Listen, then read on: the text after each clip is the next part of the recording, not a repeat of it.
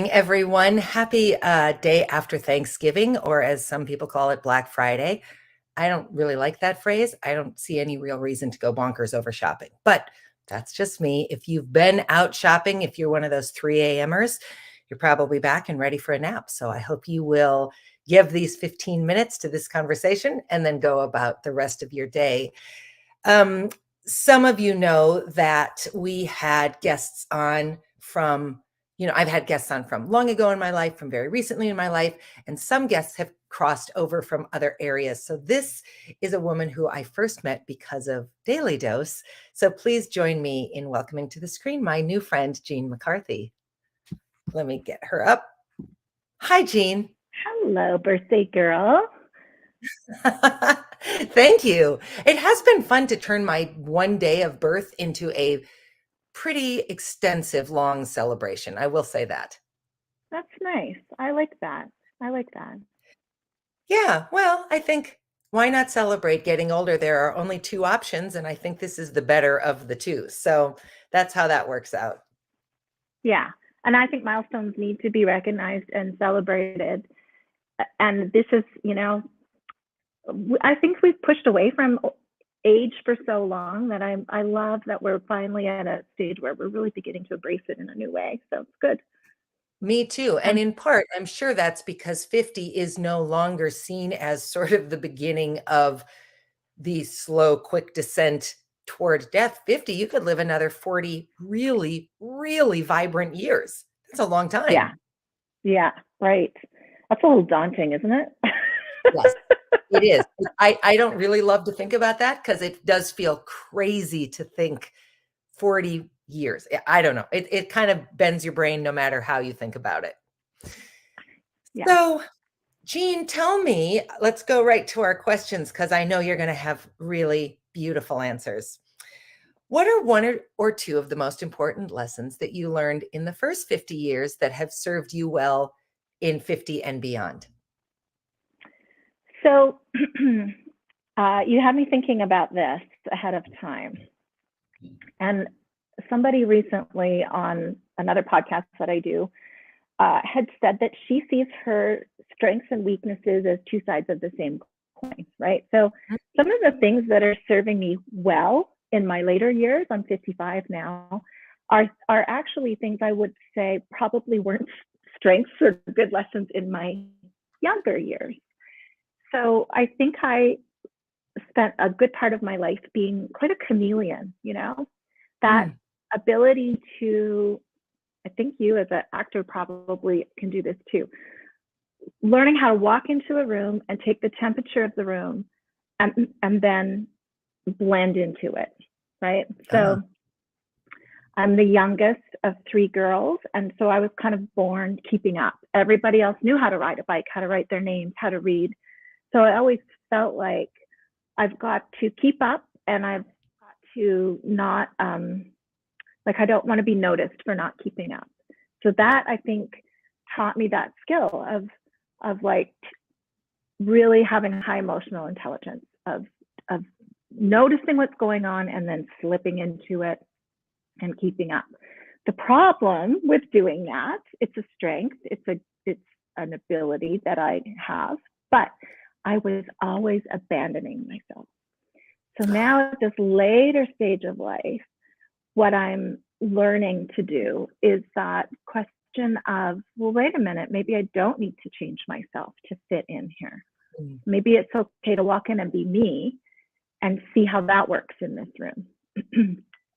And honestly, that comes so naturally to some people, but to me, it was something I didn't even think was really possible, because I had this ingrained sense as what I believed was a truth, was that I needed fixing or improving or masking in order to earn my place in this world. Hustling for our worthiness is what Brene Brown calls it. So that's landing for you. Tell me what you're thinking when you hear that. Well, what's interesting to me about it is I would never have guessed that about you, because you present so self-assured, so confident, so comfortable in your own skin. You've had such a diverse range of job experiences. You've pursued these creative practices. I'm really stunned to hear you say that. And it's got me thinking about the fact that on one hand, because you're right, as an actor, I can sort of step into a character. So if the character requires me to be quiet, I can try that. If it requires me to be boisterous, I can try that. Those kinds of things. But that is not a quality that I struggle with personally. I think for me, it's the opposite. I struggle to show up and um not be sure that I'm the odd duck out, because I always have been. Um, Probably the second most common thing said to me my entire life is, "You're not from North Dakota, are you?" And I am, but I don't have any of the qualities that make people sort of traditional Northern Plains people. And so it's just really fascinating to me to hear you talk about it that way, because I just have never struggled to keep up. I think I've struggled to slow down. And that's not because I'm such a genius or because I'm such a superstar. It's just the way I walk into a room and sort of do this. And so it's interesting to meet someone and have a perception of you and hear you say that you've had to work to build that into your own reality. And I I do feel it's almost two sides of the same coin though, because they both come from feeling like an outsider. Yeah, And you have two choices, right? It's either here I am or I'm going to go under the radar. you're And right. I think what was confusing for me was that I have always had this air of confidence and competence. And I don't think that's entirely manufactured. There's Mhm. something that is true about it, but through a healthy investment in therapy, what I think I've learned is that we have these aspects of ourselves that are um, different parts of ourselves. So this Mhm. is a, a psychology field called internal family systems. Okay. And the idea is that you have like your core self, your highest self, your authentic self, your wise self. That's your core. That's your strong self. But then we have all these sort of other facets of ourselves. So there's silly Jean who plays with her grandkids. There's serious Jean who gets things done. There's oh gosh, else is there? You know, there's all these different faces that we have, and but we have our core true self. And I think what was happening for me was that all of these other parts of ourselves are things we use for adaptive situations, right? So I'm a little bit more reserved by nature, but I can put on my game face, you know, my social mask, and go to a party and be social for a few hours. And it really tires me out, but I can do that. So what I was doing was I was living in one of those parts that was meant for short-term use. Mhm. And I was never not spending enough time in my core, in my authentic self, because I kind of had this belief that the core me wasn't good enough, that there Yeah. was something fundamentally wrong with the core, so I always had to be something else. Mhm. And what I'm learning is that those parts of ourselves are meant for short-term use. That's what coping is. Coping is what we do for short term. When you try to live in a coping strategy, then that's like trying to sprint the whole marathon. It's Yeah. it's just meant for short-term use. And so I was confused because I thought, I'm not being fake. I am being me. I am authentic, but it doesn't feel right. Yeah. And it really, so what I've, had to learn to do is to recognize when I'm using a part of myself and spending too much time there. to come back to my core. And the core self, your whole self is all of those parts combined. So to say, hey, game face Jean, social Jean, get her done Jean, like that part of me that's very exhausting to live in long term, to say, you know what, I appreciate you're trying to protect me right now and that you want to drive the bus. I invite you to come in and be part of this. I'm going to take over. The core, the authentic me is going to take over. You get to whisper in my ear and maybe give me some good counsel, but you know, I'm going to do this. So yeah, and I feel like maybe you're more grounded in who you are and more self-assured in that way. And maybe you don't rely on those parts, but you know, as you said, you can bring them out on stage. Yeah. You can bring them out in other situations. And I kind of feel like that is really part of what getting older has been for me, is learning how to manage all of my parts and to honor them and to not feel like they're bad and need hiding or need compensating, but just to realize that it's good to be all of me. Yeah, I love that. That's really such an important lesson at every stage, at any age. And I think maybe not just for women. I think we all have to figure out where we fit, where we land, how we show up, who we want to be, how we're honoring the true authentic parts of ourselves. So I love that. So this question might sound very similar, because I think it's sort of the same question and opposite based on your answer. But what are some, oh, where am I going? Can you hear me, Jean? Oh, there I am. What are some pieces of advice that you know now that you wish you could go back and give to your younger self? And like I said, this might end up sounding like a very similar answer.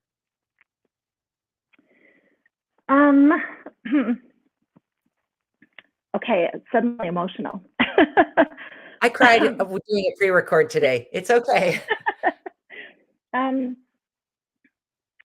I think that I always looked to, you know, did you watch Mary Tyler Moore when you were a kid? Yeah. Okay, so I did too. And I just wanted to be someone who threw my hat in the air, you know? Yeah. Like I wanted that kind of joy and sparkle. And remember, she had a Murphy bed in the early episodes? Yes. I wanted a Murphy bed, and I wanted an interesting life. And so I feel like I spent my life kind of collecting these women who just were so amazing. And Farrah Fawcett's hair, and Mary Tyler Moore's, I don't know, she was a whole package, wasn't she? Smart and yes, she was. And lovely really and graceful and humble. And women in my community who I admired. And I feel like I just spent my young years in awe of these older women.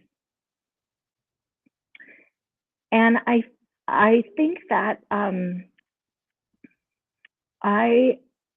if I could tell myself anything, it would be that you are going to love who you become and what you do. And yeah, I had a really powerful experience in therapy. You know, when you do that kind of inner child work, where I went back and kind of consoled myself in a difficult situation when I was a kid, and talked myself through something that was very hard, and gave myself the love that I had needed in that moment of crisis when I was little.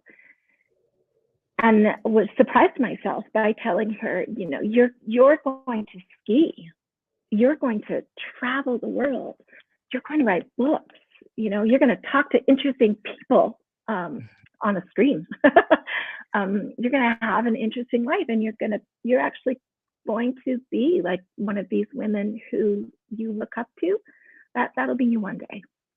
Mm-hmm. And that's astounding to me. Yeah.